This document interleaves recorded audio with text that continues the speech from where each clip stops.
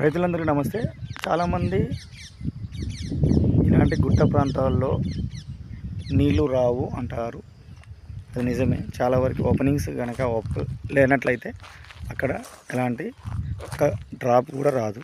కానీ అలాంటి ప్రదేశాలు ఏం చేయాలంటే ఎక్కడో ఒక చోట ఇలా ఉంది కదా, మన స్క్రీన్ మీద చూస్తున్నా ఉంది కదా, ఇదంతా దీన్ని ఒక జాయింట్గా చెప్పుకోవచ్చు.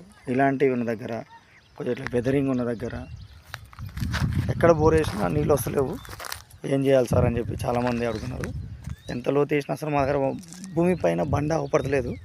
కానీ భూమి లోపల బోర్ వేసే కొద్దీ ఎంత 500 ఫీట్లు వేసినా బండ తేలిపోతలేదు సార్. బండ తేలిపోతుందా లేదా అంటున్నారు. భూమి లోపల క్రస్ట్ మాంటిల్ కోర్ అనే ఉల్లిగడ్డ పొరల్లాగా పొరలు ఉంటాయి.